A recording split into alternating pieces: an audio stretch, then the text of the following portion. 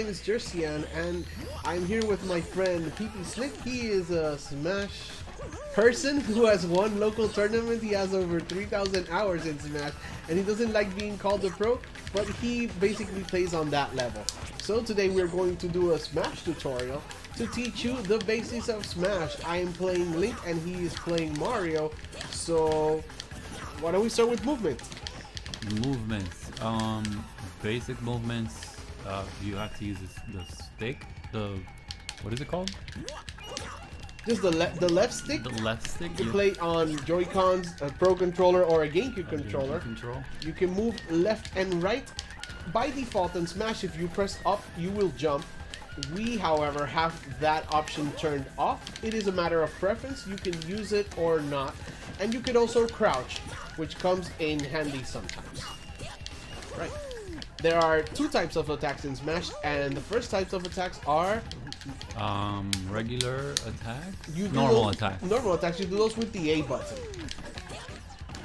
You can do them grounded. You can do them in the air. Each up, down, left, right. Well, left, right is the same, but up and down have different moves. And these attacks, if you hold the direction and the A button, or you use your C stick or your right stick, you will do what is called a smash attack. That's forward with Link, that's up with Link, that one's down. The difference is the timing that you flick the joystick or the stick. If you do it at the same time that you press the A, you'll get a smash attack. Or with the shortcut C stick, I have it differently though. And if you tap the stick before you hit the A button, you'll get the tilt attacks. Yes, so with the A button, you could do the charging attacks or just the regular tilt attacks. Just holding down and pressing A, walking forward and pressing A, or pressing up and pressing A, as opposed to the charge one. Those are smash. Those are normal attacks. And let's talk about the special attacks. Special attacks. These are done with the B button. Yes. And as you can see, Mario's neutral B, just pressing the B, is that projectile. Special attacks add a variety to the game. It completes a character. Maybe a character is good at close range with the A buttons, but then the B buttons will have a variation to the style. And for Link, I have my neutral one, which is this bow. I could just press it once, or I could charge it. I could also use the B down to use a remote bomb, which I could throw at my opponent and detonate remotely. And this is one that's very important. Most characters, not all of them, but most characters will have a recovery when you use the B and up. That special attack is demonstrated when you are in the air. And as you can see, I could jump twice with Link. Most characters have 2 jumps. There are certain characters that will have more than 2. And we can show one of those later on. Mario is a fireball on the neutral B. He has a reflector, which is a cape. I don't know what game. Oh, Super Mario. I don't know what game is a referencing. Super Mario World? Super Mario World, yes. And I also have Flood, which is from Mario Sunshine. And the up B is just I guess a triple jump. So now that you did that, talk about the recovery. Once you're off stage, the goal in Smash Brothers is to kick your opponent off stage. And as you can see, I lost a stock right there. A stock is the lives that you have. I have 2 lives. Mario has 3 lives now. So recovery is very important in Smash Brothers. Once you get your opponent, Once you get your opponent out of the stage, that was it was too hard. Because our percentage was too high. But once you get off, it depends on how far you got launched. You should be able to recover. Jumps, and then uses his up B attack in order to reach the ledge. And you don't always have to reach the ledge. You could jump into the stage. You can do that by leaving the down button usually, or pressing downwards, and you can not snap onto a ledge. Yeah, and for a lot of people, this is the most common complaint that I hear of people that want to play Smash Brothers. They say they always feel they're falling off the stage. So trying to keep it in mind, he's pressing A, A, oh, he's pressing up to jump. In our controllers, it would be X or Y, because as I said, we have the up button. But you can just press up and use your B aerial attack, B up, to get into the back into the stage. So takes a while to get used to it, but there are certain stages where this doesn't matter, but in most stages you will need to try and learn how to recover. It's a big part of the game. The better players are just as comfortable playing outside of the stage than they are inside. So go off stage and die until you learn. Okay, that's nice advice. And what you did there, yes, that's what I wanted to talk about. Let's talk about grabs. We've talked about different types of attacking with the A button or the B button, but you could also grab your opponent. And once you grab an opponent, you can throw them in any direction. That was up. You could throw them down, or you could throw them towards the sides. Now, another thing you could do is if you grab an opponent, you can just smash them until they get away from you. And this is a good thing to do when you are grabbing, because you can not only raise an opponent's percentage, those numbers that you see down there, the higher the number, the higher the number, the easier it is to launch your opponent off stage. And the other thing that you can use grabs for... Shield. Oh, shield, right. Smash is kind of a big game of rock, paper, scissors. If you know your opponent's going to attack, you want to shield, and that'll usually give you an advantage. That was a pair, but you want to shield. If you know your opponent is going to shield, you can grab them to get, I guess, to get an advantage over it. If they're on a shield, they won't take any damage from a hit. Your attack will fail, but you can grab them. You can grab. It's like our time is up. Alright, Jersey and back with my friend Andy here, and we are playing Super Smash Bros. Ultimate on Nintendo Switch. We're going to teach you some of the different types of jumps and recoveries that different characters use. Pikachu, just like Mario and Link, only has 2 jumps.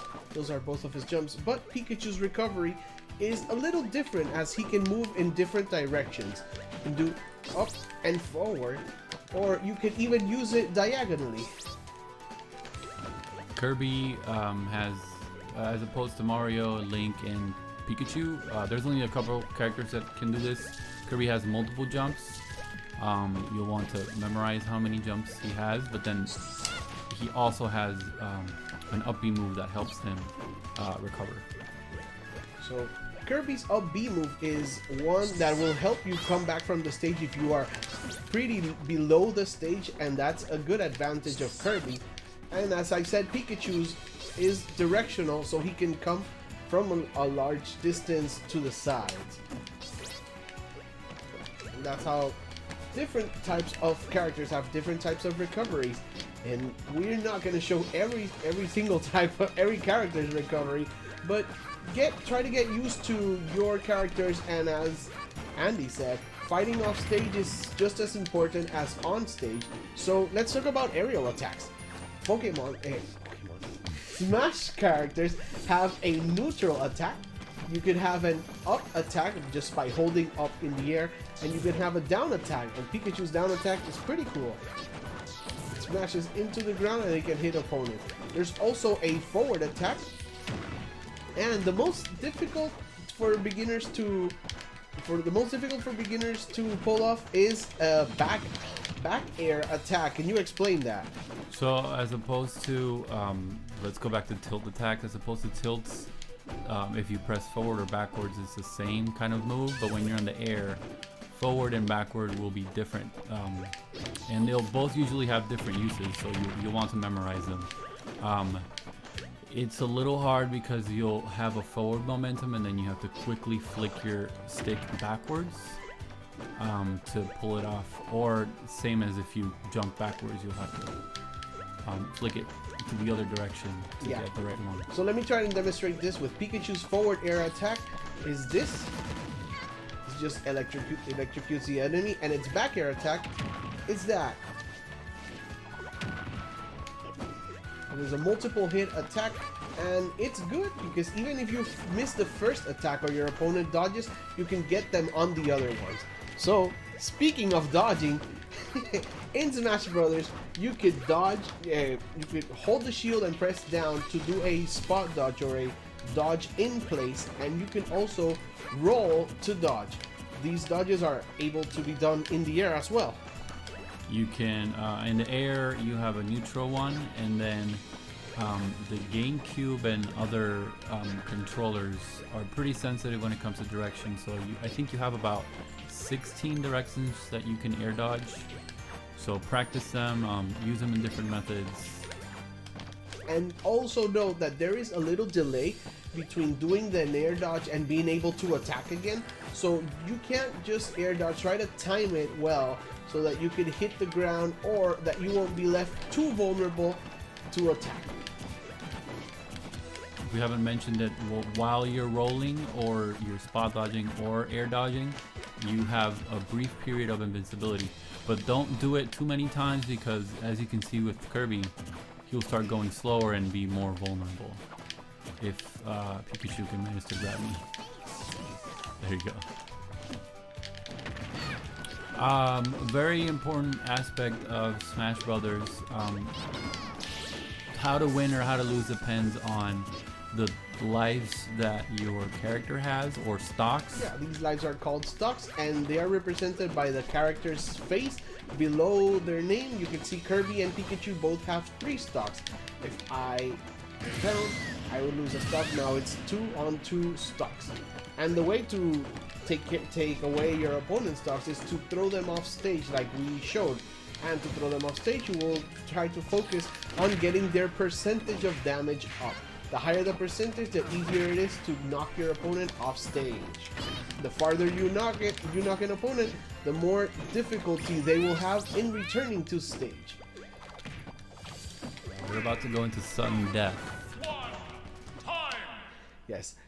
If the match ends and both of your opponents have the same amount of lives, the time ended, we enter what is called a sudden death, where dangerous things are going to start happening, but any strong attack will knock an opponent out before the bad things happen. So be wary of those sudden deaths. They can be really fun in deciding who is the best between you and your friends. So I'm going to battle Andy. It's not gonna be great, but let's end this video with a little smashing. Boop. You've been pretty good. You've almost beaten me a couple times. That was not against Wolf. Like, I don't know all the characters. I need to learn more, and I haven't really had a lot of time for Smash. Not as much as I'd like.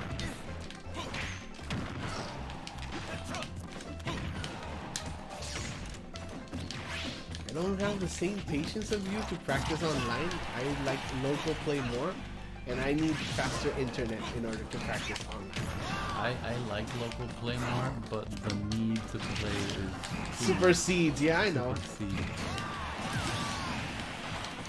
We're just starting.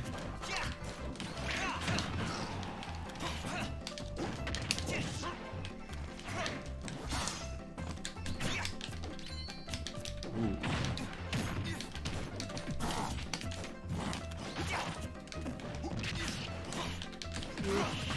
People learn from Andy and his grabs. Wolf is a pretty good character too, so you might be able to tell which character is better than others. But most of them are viable, so just play with your favorites. Good shot.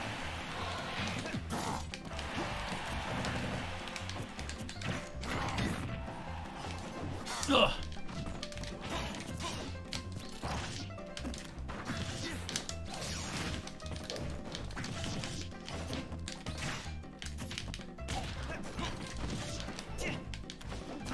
Catching up. Yeah, Corrin is good because of his range, and he usually has decent recovery, but Wolf is just fast. Yeah.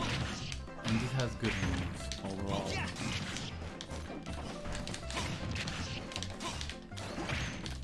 Oh, that was green. I didn't know that has invincibility.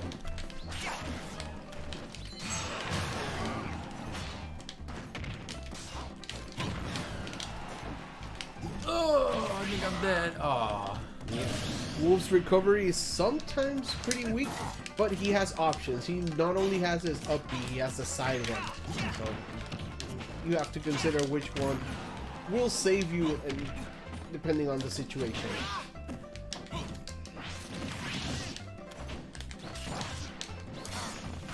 Yeah. Oh.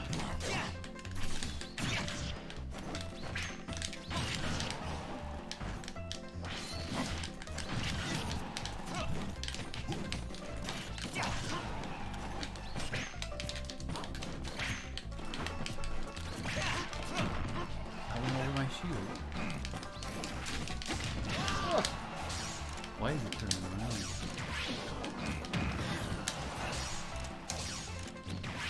Ah, and that's it. And that's game.